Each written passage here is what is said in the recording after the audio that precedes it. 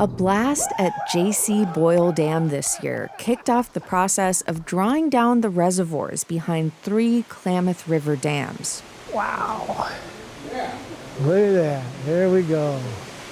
JC Boyle is one of 4 Klamath River dams on the Oregon-California border that are coming out in the country's largest dam removal project. The removal is expected to restore the river and reopen spawning habitat that salmon haven't been able to reach for more than a century. Local tribes who have been fighting for dam removal for decades say this is a big win. To me, the river is our bloodline. Everything connects to the river. The streams, the mountains, everything, our fish is connected to that river, and that's our lifeline. And when it's gone, we're gone.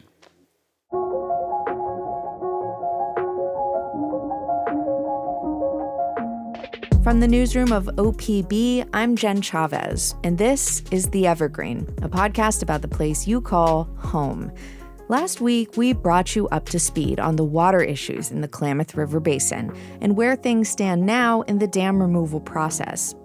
Today, we wanted to focus more on the experience of the tribes living along the Klamath River. We're going to hear the perspective of tribal members, talking about what dam removal means to them and their hopes for the future. OPB science reporter and editor Cassandra Perfida brings us the story.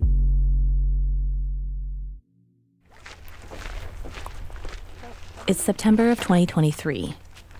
Sammy Jo Diffentorum looks across Copco Lake. On this sacred landscape, she reads her own history that was nearly erased from public consciousness. You can see over there where the canyon kind of narrows. That's where the historic river channel is. That's also our traditional fishing site. So that's where we traditionally dip net fished since time immemorial, as we say. Diffentorum is a Shasta tribal member and a cultural preservation officer for the tribe. The history of this area is downright ugly. Some of the most treacherous times for the Shasta people came with the gold rush in the mid-1800s. Tribal members once hid in a nearby cave from gold miners who were trying to kill them in 1854. And as settlement and development happened along the Klamath River, more and more of the Shasta homelands were taken. They haven't called this place their home in more than 100 years. It's kind of weird to have like that identity almost of not being a homeless Indian, because we're not homeless. We have houses, but we're away from home. At Copco Lake, the reservoir above Copco One Dam, tribal villages once stood along the river.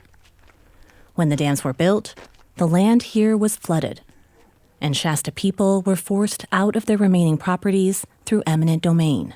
This area represents a lot to us. Standing next to the reservoir, Diffentorum recalls her grandmother, Kitty Grasshopper, who married a succession of white landowners.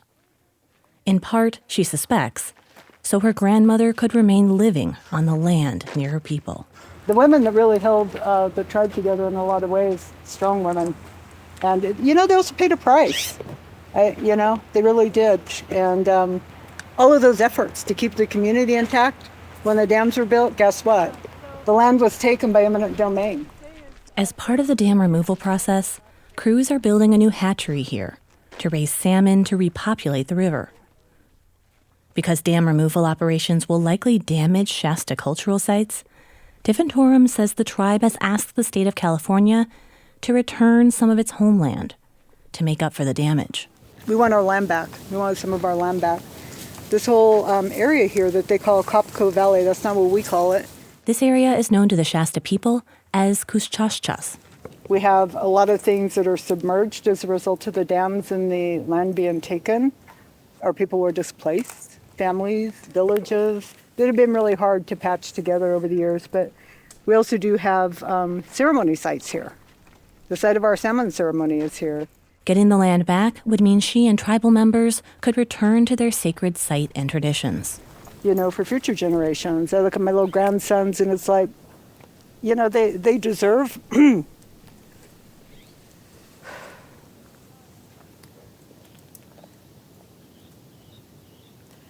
to have culture, to have ceremony and to have tradition.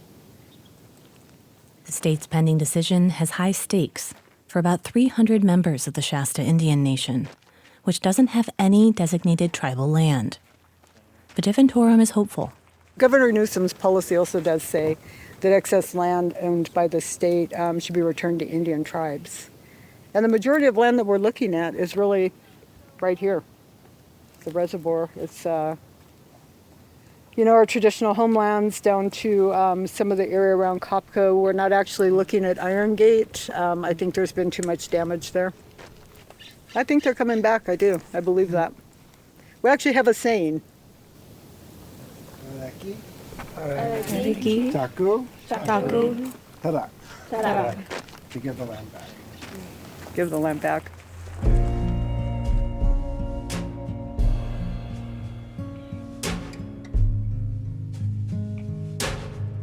Oh, it needs to be salt and peppered. Oh, okay. A little bit first. Let them season it up first, then you can go. Stake her in the ground. Get this ceremony started. All right. You ready? Wherever you want to put it. It's October of 2022. Kenneth Brink, vice chair of the Karuk tribe, is preparing salmon on Karuk land in Wairika, California. More than 30 adults and children have gathered here today to celebrate and plan for the upcoming dam removal process. Tribal members are preparing ceremonial salmon by smoking it on stakes around a fire. Everyone listens as Ron Reed, a Karuk tribal member and cultural biologist for the tribe, starts talking. We're in Karuk land. This is our service area. So it's an honor for us to bring this salmon out here to provide the spirit of not only management, but all of our lifestyles, all of our abilities to turn the situation around. And if we can do the things that we're talking about right here, it's only going to do the benefits of the indigenous populations along the river, because that's what we need to survive. Reed is a tribal elder and a traditional dip net fisherman. That means he uses a large circular net to scoop fish out of the river. He helped catch the salmon here from Ishipishi Falls, the last remaining dip net site for the Karuk. We caught enough fish to give enough people in our community fish, our ceremonies fish, enough to smoke and put away for ourselves, and therefore we had a little bit of extra. And so that little bit of extra is offered to this situation in that level of awareness, what salmon means to us. Unlike the Shasta tribe, the Karuk tribe does have some land, but they also need salmon for their cultural ceremonies, for their way of life. The salmon is the monitoring tool of all the things that we're supposed to do as Karuk people. Our inherent responsibility is to be able to manage for that resource, to have a right to harvest. For downriver tribes, including the Karuk, the dams have contributed to dramatic declines in salmon and steelhead, with some runs near extinction. Removing the dams will reopen 400 miles of salmon habitat, including a lot of spawning grounds the fish haven't been able to reach for more than a century. There's no guarantee the salmon will thrive in this drought-stricken basin. But Reed says the return of abundance in salmon will mean everything to him. It's going to be better water. The river's going to find its way back. There's going to be some short-term impacts, but the long-term longevity is going to turn things around 180 degrees. I believe instead of extinction we're looking at, it's going to be a revitalization of our fishery, from the top of the river to the bottom. He's not the only one who's excited. And usually it's just the fishermen down there, doing those things in a small group of people. But this year, for some reason, the spirit of the river was reflected in the population that come down to the fishery this year. They heard there was fish and people come down, and we hadn't caught fish in probably almost a decade to where we can distribute, take care of our ceremonies, take care of our elders. There'd be such a small amount of fish that I'd be doing the majority of the work because nobody be around. There's no fish in the river, nobody comes down, but there's fish there, everybody comes down. So this year we had community Reed says sometimes he asks himself, why am I catching fish if there's not enough for the entire Karuk tribe? Then he remembers. At the end of the day, this is what we work for. This is the respect that we have for the sacrifice, the dedication of our people to do the things that we do. I've already cried all the tears out. I've already lived the dark side. And this is the result of sacrifice and dedication and the reward system that isn't right in front of you but comes down the trail.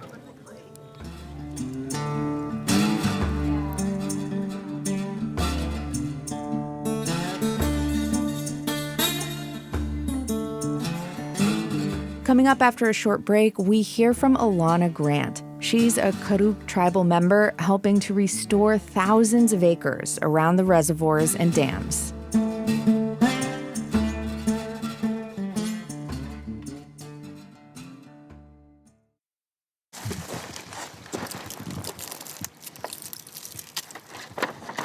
None of the sunflower was here, and now this year it's all blooming and healthy looking. It's just crazy to see that.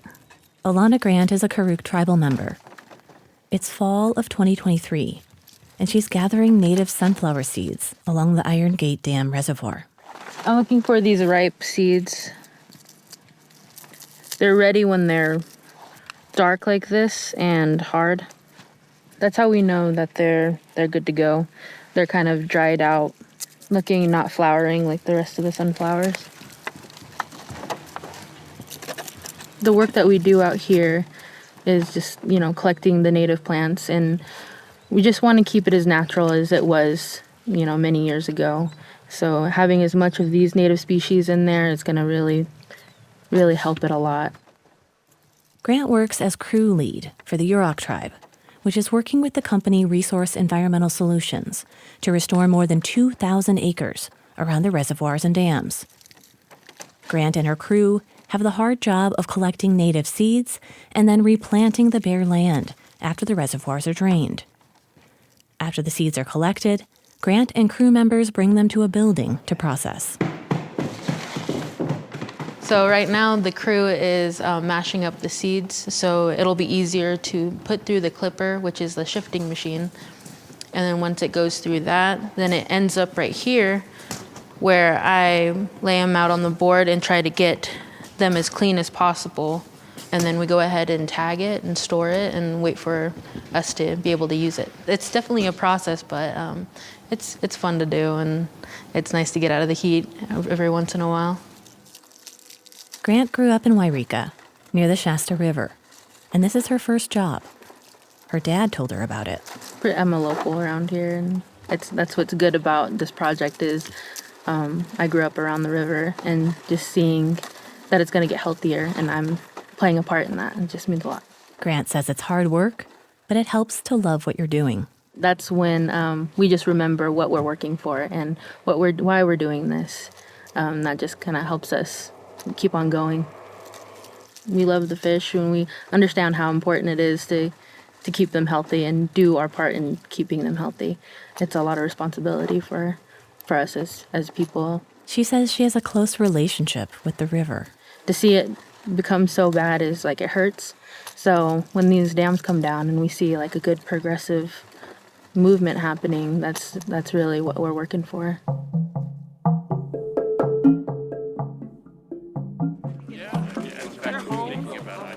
Clayton Dumont is the chair of the Klamath tribes. He's one of many people gathering at JC Boyle Dam for an historic event. Water is being drawn down from the reservoir. These dams have been in for over 100 years. It was my great-grandfather's generation, right, that opposed these dams going in. We have testified about the problems that they presented to us during the intervening decades, both in terms of culture and in terms of subsistence. So one way to think about them is that they are a very old treaty violation. Right, our 1864 treaty says that we were entitled to the fish, and our ancestors took thousands of pounds of salmon out until the dams cut those off. More recently, right, these coming out are important because we know, and the lower river tribes agree, that this is one ecosystem, right? From the ocean all the way to the headwaters up here. And all of us, all the living things, the birds, the animals, the fish, the tribal people, the farmers, the ranchers, the cities, the towns, all of us depend on a healthy ecosystem. So it'd be hard to overstate the importance of getting these dams out. So it's a historic day. It's an incredible day. You have to start at the lower end. We're going to walk down to the warehouse. Dumont walks with a group of Klamath and Modoc tribal leaders towards the dam, which is laced with explosives. For safety, they file into a warehouse next to the dam and gather around a television screen to watch a live video feed as the explosives blast a hole in the dam.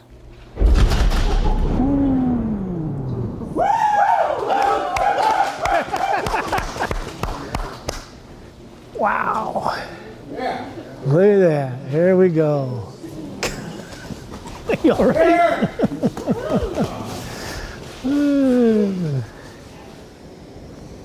People are emotional as they file out of the warehouse and walk out onto the dam, which now has a torrent of water rushing through it from the reservoir above. Tears are streaming down Natalie Ball's face as the Klamath Tribal Council member watches the river flowing under her feet. I don't know, I'm just gonna cry. Just cry it out for a while, you know? Jeff Mitchell is a former Klamath Tribal chair. He says the river is talking to him, and he sings.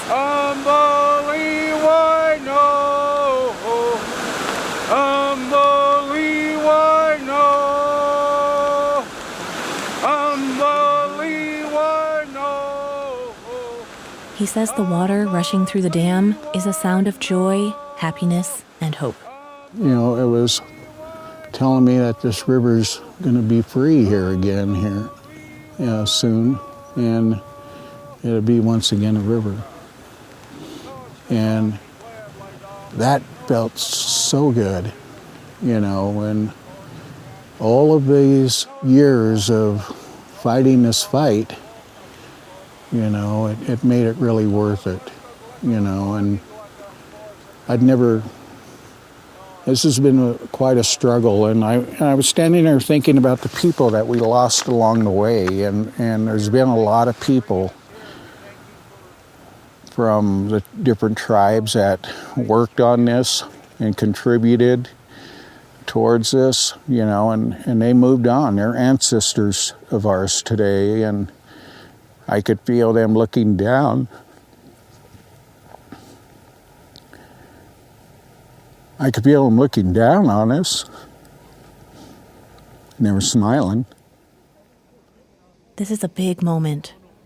Mitchell says he can't wait for the future of the Klamath.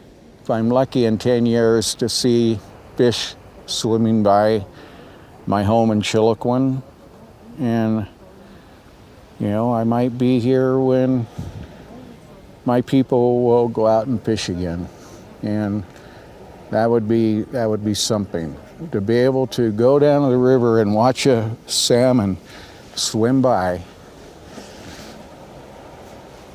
I don't know. I think that might be one of the greatest moments of my life, I would think.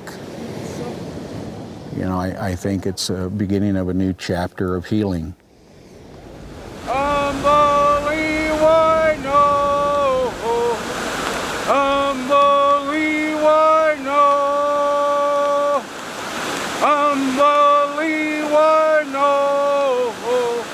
The voices you just heard are from tribal members Sammy Joe DeFontorum, Kenneth Brink, Ron Reed, Alana Grant, Clayton Dumont, Natalie Ball, and Jeff Mitchell.